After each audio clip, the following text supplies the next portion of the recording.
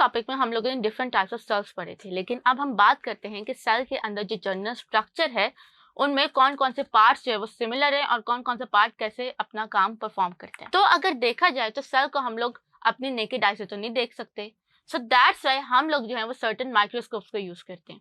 For example, अगर मैंने किसी लिविंग सेल को स्टडी करना होगा तो मैं उसके लिए लाइट माइक्रोस्कोप यूज करूंगी, और अगर मैंने किसी सेल को डीपली स्टडी करना होगा तो उसके लिए मैं इलेक्ट्रॉन माइक्रोस्कोप यूज करूंगी।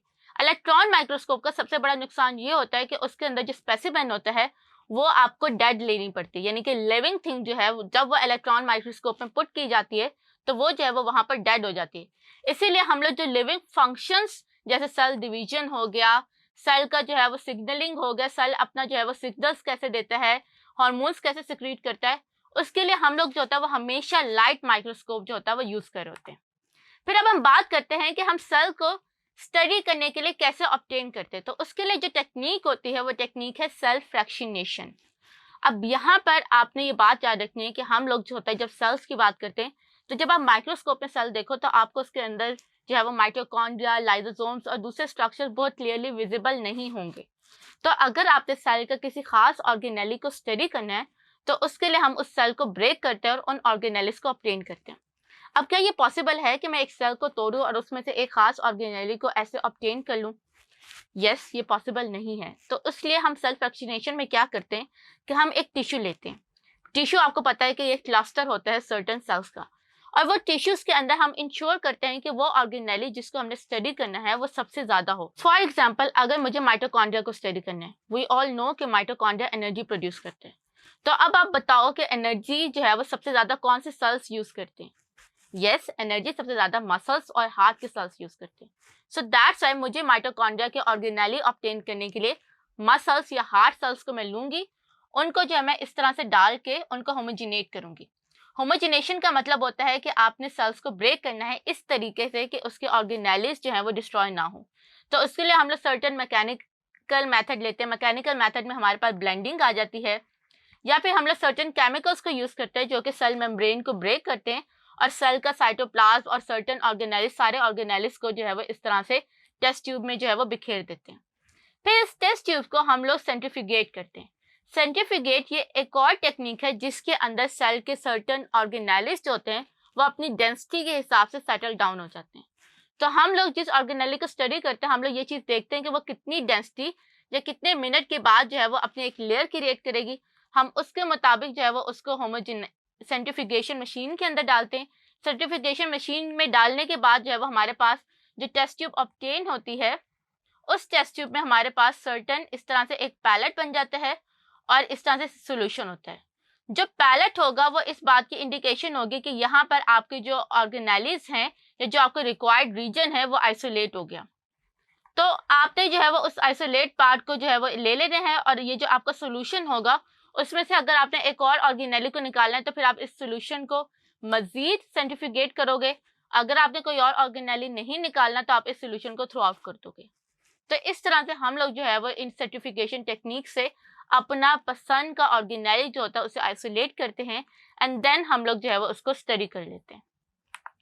फिर इसके बाद अगर हम सेल्स की बात करें तो हमारे पास दो तरह के सेल्स हैं, prokaryotic cells and eukaryotic. Pro means without, karyote कहते हैं न्यूक्लियस को। तो एज द नेम शो कि ये वो सेल्स होते हैं जिनके अंदर न्यूक्लियस या कोई भी ऑर्गेनेली मेम्ब्रेन बॉन्डेड नहीं होती। तो इसके कॉमन एग्जांपल्स में हमारे पास जो होते हैं वो बैक्टीरिया सेल्स होते हैं। अगर आप देखो तो बैक्टीरिया सेल्स जो होते हैं वो यूनिसेलुलर ऑर्गेनिज्म है, यानी उनकी बॉडी के अंदर डाइजेशन, रिस्पायरेशन, ट्रांसपोर्टेशन, एक्सक्रीशन, वो सारा काम एक सिंगल सेल ने करना है। सो दैट्स वाई ये जो सेल्स होते हैं इनके पास इतनी जगह नहीं थी कि वो जो है वो अपने पास एक्सटर्नल मेम्ब्रेन बॉन्डेड ऑर्गेनेलिस को रखें। सो दैट्स वाई बैक्टीरिया के पास कोई भी मेम्ब्रेन बॉन्डेड ऑर्गेनेली नहीं होता और इनका डीएनए जो होता है वो इस तरह से साइटोप्लाज्म में सस्पेंड होता है। फिर जो प्रोकैरियोट था ये वो सेल्स थे जो कि सबसे पहले बने थे। सो दैट्स वाई इनके अंदर कोई एडवांसमेंट नहीं थी, कोई एक्स्ट्रा ऑर्गेनेली नहीं था कोई खास फंक्शन परफॉर्म करने के लिए। फिर उसके बाद एवोल्यूशन ने इन्हीं प्रोकैरियोटिक सेल्स को इवॉल्व करवा के एक और सेल्स क्रिएट किए जिनको हम लोग यूकैरियोटिक सेल्स कहते हैं।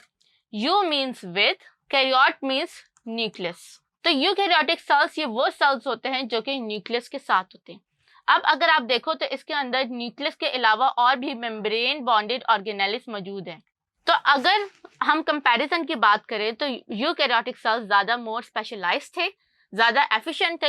एफिशिएंट इसलिए थे क्योंकि उनके पास एक ही सेल के अंदर सर्टेन फंक्शन परफॉर्म करने के लिए सर्टेन ऑर्गेनेल्स थी। जैसे एनर्जी परफॉर्म करने के लिए, एनर्जी ऑब्टेन करने माइटोकॉन्ड्रिया था, ट्रांसपोर्टेशन के लिए या न्यू वेसिकल्स क्रिएट करने के लिए गोल्गी अपरेटस था, प्रोटीन्स की सिंथेसिस के लिए एंडोप्लाज्मिक रेटिकुलम था, डीएनए को स्टोर करने के लिए हमारे पास जो था वो न्यूक्लियस था। तो इसीलिए जो यूकैरियोटिक सेल्स थे वो ज़्यादा एफिशिएंट थे, ज़्यादा एडवांस थे एंड ज़्यादा वेल डेवलप्ड थे as compare to prokaryotic cells. तो अगर हम देखें तो यूकैरियोटिक सेल्स में हमारे पास 3 मेन कंपोनेंट्स आते हैं। पहले उनकी आउटर मोस्ट मेम्ब्रेन जिसको हम लोग प्लाज्मा मेम्ब्रेन कहते हैं, लेकिन यूकैरियोटिक सेल्स में कुछ ऐसे सेल्स भी होते हैं जिनके पास एडिशनल सेल वॉल भी प्रेजेंट होती है, और ये सेल वॉल प्लाज्मा मेम्ब्रेन के ऑपोजिट सेल को ज़्यादा सपोर्ट एंड स्ट्रेंथ प्रोवाइड करती है। देन उनके बीच में जो फ्लूइड लाइक मटीरियल होता है उसको हम लोग साइटोप्लाज्म कहते हैं। साइटोप्लाज्म बेसिकली जो होता है वो 90% वाटर होता है, और उसका एक ही काम होता है कि आपके जितने भी ऑर्गेनेल्स हैं उनको होल्ड करके रखे, और जितने भी आपके सेल के केमिकल रिएक्शन होते हैं वो इसी साइटोप्लाज्म में होते हैं। देन उनके बीच में एक और ऑर्गेनेल था जिसको हम लोग न्यूक्लियस कहते हैं। न्यूक्लियस सबसे ज्यादा जो है वो उसको सेल का ब्रेन भी कहा जाता है, और ब्रेन इसलिए कहा जाता है क्योंकि इसके पास डीएनए है और ये पूरे सेल को कंट्रोल करी होती है। यहाँ पे एक्स्ट्रा इन्फॉर्मेशन के तौर पे मैं आपको बता दूं कि जो मेच्योर रेड ब्लड सेल्स होते हैं उनके अंदर न्यूक्लियस मौजूद नहीं होता। देन हमारे पास यूकैरियोटिक सेल्स में भी जो थे वो फर्दर 2 टाइप के सेल्स आए। एनिमल सेल्स, ये वो सेल्स थे जो कि अपनी फूड खुद प्रिपेयर नहीं कर सकते थे, और उनके ऑपोजिट जो सेल्स आए वो थे प्लांट सेल्स। प्लांट सेल्स जो थे ये स्पेशलाइज्ड थे अपनी फूड को प्रिपेयर करने के लिए। तो अगर हम देखें तो हमारे पास प्लांट सेल्स और एनिमल सेल्स में 3 मेजर डिफरेंसेस हैं। पहला डिफरेंस जो है वो है सेल वॉल का। जो प्लांट सेल होता है उसके पास सेल वॉल होती है, और ये सेल वॉल इसको extra strength and protection provide करी होती है। फिर उसके बाद प्लांट सेल के अंदर एक लार्ज वाटर वैक्यूल होता है। अब वाटर वैक्यूल को इमेजिन करें एक बलून ऑफ वाटर।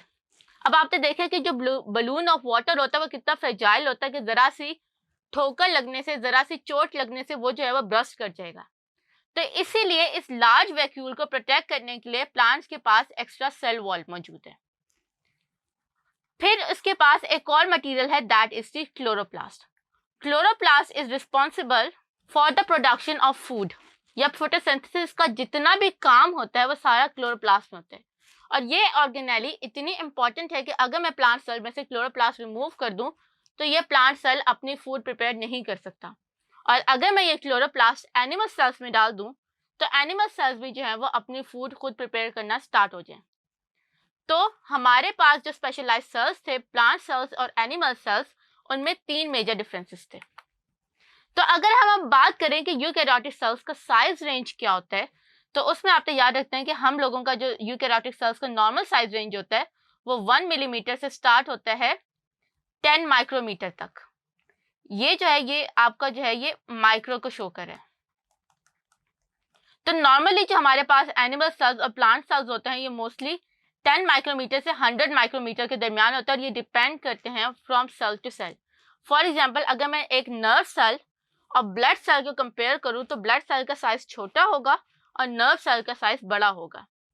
सिमिलरली अगर हम सिर्फ एग की बात करें तो जो ह्यूमन एग का साइज होता है वो आपका छोटा होता है, जबकि फ्रॉग एग जो होता है वो साइज से बड़ा होता है, वो 1 मिलीमीटर का होता है। तो जो दैट्स वाई हम लोग कहते हैं कि यूकैरियोटिक सेल्स में क्योंकि बहुत ज़्यादा स्पेशलाइज्ड सेल्स हैं तो हर सेल जो होता है वो अपने फंक्शन के अकॉर्डिंग उसका साइज जो होता है वो डिफरेंट होता है, और हम मोस्टली जो सेल्स को माइक्रोमीटर में जो होता है वो स्टडी करते हैं।